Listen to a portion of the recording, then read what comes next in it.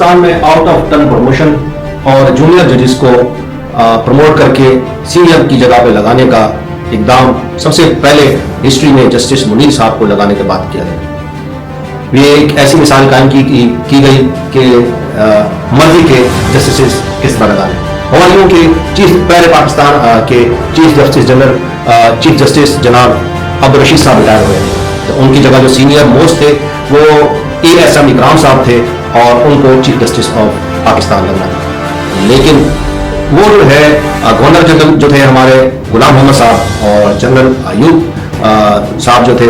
Pakistan army کے، ان کی نظر میں ایک جو ہے ایک ایسا اقدام تھا کہ وہ ان کی راہ میں وہ لٹکا تھے اور نہ ہی ان کے پسندیدہ آدمی تھے۔ تو اس لیے جسٹس منیر صاحب جو کہ اکثر جنرل ایوب خان کے ساتھ شکار کھیلا کرتے تھے اور ان کے ساتھ بڑی کی دوستیاں تھیں، تو پہلی بار پاکستان کی عدلیہ کے ہسٹری میں ASM اکرام کو پروموٹ نہیں کیا گیا اور جنرل جسٹس ASM اکرام کو سینئر جج کو چیف جسٹس آف پاکستان نہیں بنایا گیا اور بلکہ جونیئر ترین جج